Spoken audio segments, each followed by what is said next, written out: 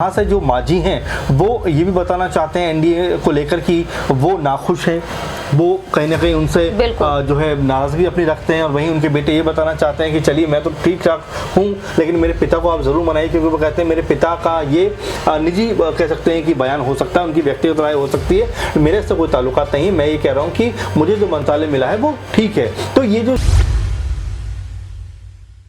नमस्कार, मैं प्रांशी राठौर और आप देख रहे हैं नेक्स्ट 9 न्यूज।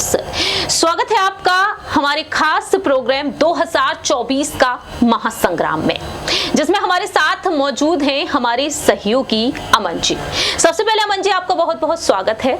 जैसा कि अमन जी आप भी जानते हैं कि बिहार में इस वक्त क्या कुछ होता हुआ नजर आया है। नीतीश कुमार जो 9वीं बार मुख्यमंत्री बने, और नीतीश कुमार जिन्होंने आरजेडी के साथ गठबंधन तोड़कर बीजेपी में आ गए, और अब देखा जाए एनडीए में नीतीश कुमार की वापसी के बाद से देखा जाए एनडीए में जो राजनीतिक दल हैं उनमें हलचल तेज हो चुकी है। कहीं ना कहीं बगावती सुर अब पनपते हुए नजर आ रहे हैं। तो ऐसे में सवाल यहाँ पर लगातार उठाते हुए देखे जा रहे हैं बिहार के पूर्व मुख्यमंत्री, जो एक वक्त नीतीश कुमार के काफी करीबी नेताओं में शामिल रहे हैं, हम प्रमुख जीतन राम मांझी।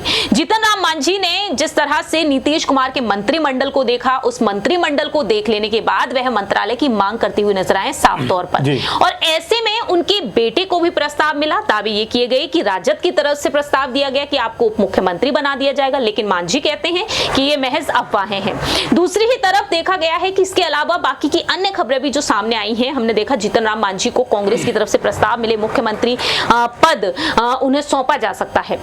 लेकिन बात यहां पर मंत्रालय की कर ली जाए, जीतन राम मांझी ने जो बयान दिए हैं उन पर आप क्या कहना चाहेंगे? क्या उनके कड़े तेवर दिखाई दे रहे हैं? देखिए बिल्कुल, और दो तरह की बात हो रही है इसमें अगर आप देखें तो, क्योंकि उनके बेटे संतोष सुमन जो है वो कुछ और बात कहते हुए नजर आते हैं। अगर मांझी की बात सुने तो वो कुछ और ही बात कहते हुए नजर आते हैं, क्योंकि वो कह रहे हैं कि भाई हमें क्यों बड़ा मंत्रालय नहीं मिल सकता, क्यों हमें 2 मंत्रालय नहीं मिल सकते, क्यों हमारे 2 मंत्री नहीं हो सकते, और क्यों हमें हर बार SC ST का जो कह सकते हैं कि मंत्रालय दिया जाता है, जबकि हम इससे बेहतर काम कर सकते। तो और वहीं अगर संतोष कुमार की बात देखें तो वो संतुष्ट नजर आते हैं, कहते हैं सबको जो है बड़े ओहदे नहीं मिल सकते, सबको एक बराबर जो है पद नहीं मिल सकते, सबको अलग अलग जिम्मेदारियां मिलती हैं, तो कहीं ना कहीं वो संतुष्ट नजर आते हैं। तो ये दोनों की जो बातें हैं वो अलग अलग नजर आती हैं। साथ में ये भी देखने को मिलता है कि क्या यहाँ से जो मांझी हैं वो ये भी बताना चाहते हैं एनडीए को लेकर कि वो नाखुश हैं, वो कहीं ना कहीं उनसे जो है नाराजगी अपनी रखते हैं। और वहीं उनके बेटे ये बताना चाहते हैं कि चलिए मैं तो ठीक ठाक हूँ, लेकिन मेरे पिता को आप जरूर मनाइए, क्योंकि वो कहते हैं मेरे पिता का ये निजी कह सकते हैं कि बयान हो सकता है, उनकी व्यक्तिगत राय हो सकती है, मेरे से कोई ताल्लुकात नहीं है। मैं ये कह रहा हूँ कि मुझे जो मंत्रालय मिला है वो ठीक है। तो ये जो आपस की जो लगातार 2 अलग अलग बातें निकल के सामने आ रही है, ये मुश्किलें खड़ी कर रही है खासकर एनडीए के लिए कि वो क्या करे और क्या ना करे। क्योंकि नीतीश कुमार के जो मांझी कहते हैं कि हमें 1 रोटी नहीं, हमें 2 रोटी चाहिए। तो ये जो कॉन्ट्राडिक्टरी जो स्टेटमेंट निकल कर आ रहे हैं, विरोधाभासी जो बयान निकल कर आ रहे हैं, ये कहीं ना कहीं उन्हीं की मुश्किलों को बढ़ाते हुए नजर आएंगे, ऐसा लगता है मुझे। क्योंकि आने वाले दिनों में जब बीजेपी और कह सकते हैं कि जेडीयू उनसे बैठकर बात करिए कि भाई आप आखिर चाहते क्या हो, आपके बेटे संतुष्ट नजर आते हैं, आप असंतुष्ट हो, इसकी वजह क्या है, तो वहां पर मुझे लगता है कि मांझी को जवाब देना मुश्किल हो जाएगा। और यहाँ पर जिस तरह की बातें वो करते हुए नजर आते हैं कि 2 मंत्रालय मिलना चाहिए, ऐसा मिलना चाहिए, वो मिलना चाहिए, उनकी ये बात फिर गलत साबित हो जाएगी। उनके बेटे कह रहे हैं कि जो मिला है बहुत मिला है। वाकई में फिलहाल यहाँ पर बेटे का जो जिक्र हुआ है, बेटे के उस बयान को भी आपको सुना देते हैं, क्योंकि हाल ही में जीतन राम मांझी के बेटे संतोष सुमन ने एक बड़ा बयान दिया है। मीडिया के सामने उन्होंने खुलकर बात रखी। आपको बता दें कि आज सीएम नीतीश कुमार से उन्होंने खास मुलाकात की, प्रदेश के विकास को लेकर चर्चा हुई। इस मुलाकात में उस मुलाकात का भी उन्होंने जिक्र किया है। तो आपको यहाँ पर सुनाते हैं कि संतोष सुमन से जब ये भी पूछा गया कि मंत्रालय को लेकर उनके पिता लगातार मांग कर रहे हैं, तो वह किस तरह से अपने पिता के बयानों से मुकर कर एक अलग ही बयान देते हुए नजर आए। सुनिए जरा। बाहर की बात है, पॉलिटिकल बात यहाँ पर हम नहीं करेंगे, और ऐसी आपको सिर्फ एक ही लाइन में कहते हैं कोई संशय होता तो हम यहाँ पर बैठे नहीं होते हैं। बात खत्म। सब कुछ ठीक हो गया है। ठीक है, तभी तो यहाँ पर हैं। अब कोई नाराजगी नहीं है? अब ये सब बात नाराजगी रहती तो हम आप नहीं यहाँ रहते हैं, ना हम यहाँ रहते हैं। जिस तरह से मुख्यमंत्री जी से कल मुलाकात हुई, नाराजगी दूर हो गई क्या? अरे मुख्यमंत्री जी से मिलने गए थे, उनका आशीर्वाद लेने गए थे। हम निश्चित तौर पर जब हम लोग कोई पद मिला, हमें एक विभाग मिला, तो एक कटसी होता है कि माननीय मुख्यमंत्री जी हम लोग के मुखिया होते हैं, और उनके पास जा करके उनका सहयोग, उनका आशीर्वाद, उनका मार्गदर्शन लेना है, इसलिए हम गए थे। बाकी और कोई ऐसी बात तो थी नहीं। जो मंत्रालय आपको मिला उससे संतुष्ट हैं आप? संतुष्टि तो होना ही है। हर मंत्रालय का अपना अपना महत्व होता है, हर की खूबसूरती होती है, हर जनहित के लिए काम किया जाता है। कोई मंत्रालय किसी एक व्यक्ति को एक ही मंत्रालय मिलेगा और हर मंत्रालय हर कोई को नहीं मिल सकता, लेकिन जहाँ आपको जो दायित्व मिला है उसका आप कैसे निर्वहन करते हैं ये आपके ऊपर डिपेंड करता है। हर व्यक्ति से कोई चीज़ जाना जाता है। अगर आपके अंदर क्षमता है तो हर मंत्रालय में आप काम कर सकते हैं, हर मंत्रालय में संभावना होती है। तो इस पर कोई टिप्पणी नहीं है हमारी। हम पूरा काम करेंगे, पूरी क्षमता के अनुसार करेंगे, सबके सहयोग से करेंगे। पूर्व मुख्यमंत्री जी बोल रहे थे कि जो विभाग हमको मिलता रहा है वही हमारे बेटे को नहीं मिल रहा है, और विभाग क्यों नहीं दिया जा रहा है हम लोग को? देखिए, उनकी अपनी व्यक्तिगत टिप्पणी है, उस पर मैं ज़्यादा नहीं कह सकता हूँ, लेकिन मेरी जो समझ में आती है, उन्होंने बात कही है कि जो विभाग का दायित्व पहले दी जा चुकी है उसको अगर हम अच्छा से काम किए हैं तो हम दूसरे विभाग में भी काम कर सकते हैं। उनका अपनी बात है, उस बात को ज़्यादा उनसे ही पूछें तो ज़्यादा बेहतर रहेगा। हमारे लिए इतना ही है कि आज हमारे लिए एक नया दिन है, इस दिन का शुरुआत हम अच्छे से करना चाहिए। दिल्ली जाने वाले हैं गृह मंत्री और अमित शाह से भी मुलाकात होगी। अरे तो औपचारिकता है, अगर हम दिल्ली जाना चाहते हैं, अगर समय मिलेगा उनसे मिलेंगे तो एक औपचारिकता है, क्योंकि हमारे गठबंधन के नेता हैं और उनसे तो मिलना ही चाहिए हम लोगों को।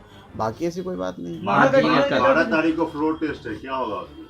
12 तारीख को फ्लोर टेस्ट में क्या होगा? जो सरकार हमारी है और हमारी सरकार को कोई हटाने डिगाने नहीं जा रहा है। उनके पास संख्या ही नहीं है, वो तो खुद डर के भागे हुए हैं। उनके विधायक सब इधर आना चाहते हैं तो हैदराबाद घुमा रहे हैं। रिजॉर्ट का कल्चर शुरू हो गया है, तो आप समझ सकते हैं कि क्या किनके पास बहुमत है। हमारे पास बहुमत 128 है और उससे कहीं ज़्यादा बहुमत से हमारी सरकार बचेगी। अविश्वास प्रस्ताव जो आया है उनका, वो अविश्वास प्रस्ताव गिर जाएगी।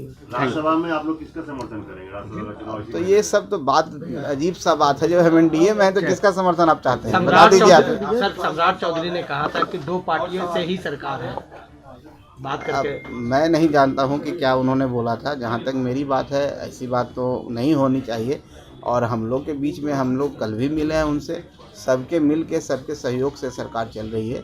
हर व्यक्ति का अपना अपना, हर पार्टी का अपना अपना महत्व होता है और काम करता है। और ऐसी बात उन्होंने नहीं बोली है, उसके बाद भी उन्होंने कुछ बात बोली थी, इसकी बात को अब नहीं दोहरा रहे हैं।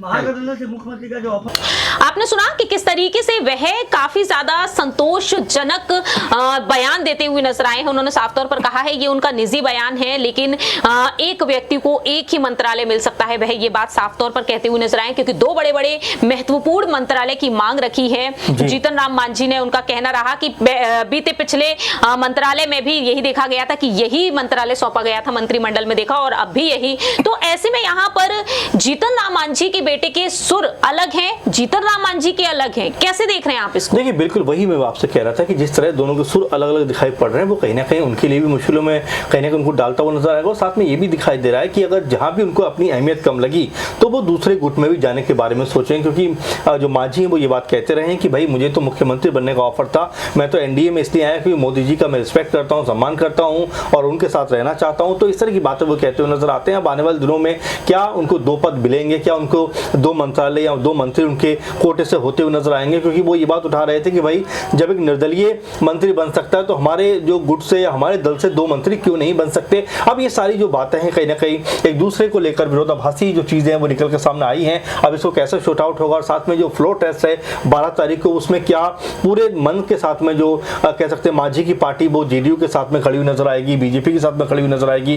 कहीं ऐसा ना हो कि ऐन वक्त पे आते आते कहीं जो मांझी हैं वो बीजेपी और जेडीयू को झटका देते हुए नजर आए और वहां पर फ्लोर टेस्ट में कहीं ना कहीं जो उम्मीद जताए बैठे हैं बीजेपी और जेडीयू कि हम पास कर लेंगे, उनको बड़ा झटका लगता हुआ नजर आए।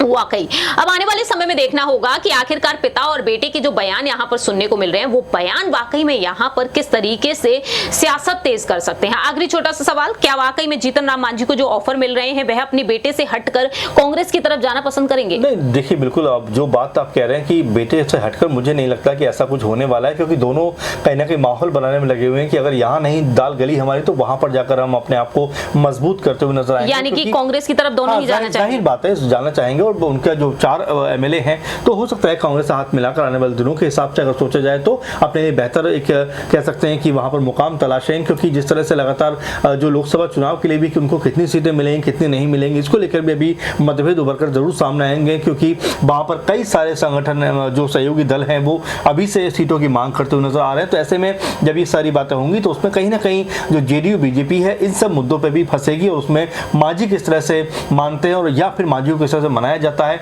इसको लेकर सबकी निगाहें लगी होंगी। वाकई में फिलहाल देखा जाए जेडीयू के सूत्रों के मुताबिक यही बात निकलकर सामने आई है कि दोनों ही बड़ी पार्टियों में 17-17 लोकसभा सीटों पर अब सहमति बन गई है। बचती हैं 6 लोकसभा सीटें, क्योंकि 40 लोकसभा सीटें हैं, 17-17 मिलाकर यहां पर 34 हो ही जाती हैं और 6 लोकसभा सीटों पर उपेंद्र कुशवाहा, चिराग पासवान, पशुपति पारस और जीतन राम मांझी के बीच ही बांटा जाएगा। देखना होगा कि आखिरकार यहां पर सीट शेयरिंग जिस तरीके से की जा रही है, क्या इससे ये राजनीतिक दल सहमत होंगे। अगर होते हैं तो यहां पर जीतन राम मांझी बीजेपी के साथ ही बने रहते हुए नजर आएंगे। अगर नहीं होते हैं तो कहीं ना कहीं कांग्रेस की तरफ से अगर वो प्रस्ताव मिल रहा है वहां जाना जरूर पसंद करते हुए देखे जा सकते हैं। लेकिन कयास और अटकलें हैं फिलहाल, और अब आने वाले वक्त में देखना होगा कि संतोष सुमन जो बातें कह रहे हैं, दूसरी तरफ जीतन राम मांझी कुछ और कह रहे हैं। आखिरकार बेटे और पिता यहां पर किस तरह से अलग अलग रुख अपनाते हुए नजर आ रहे हैं। फिलहाल इस खास प्रोग्राम में इतना ही। बाकी की तमाम अपडेट्स के लिए देखते रहिए नेक्स्ट 9 न्यूज।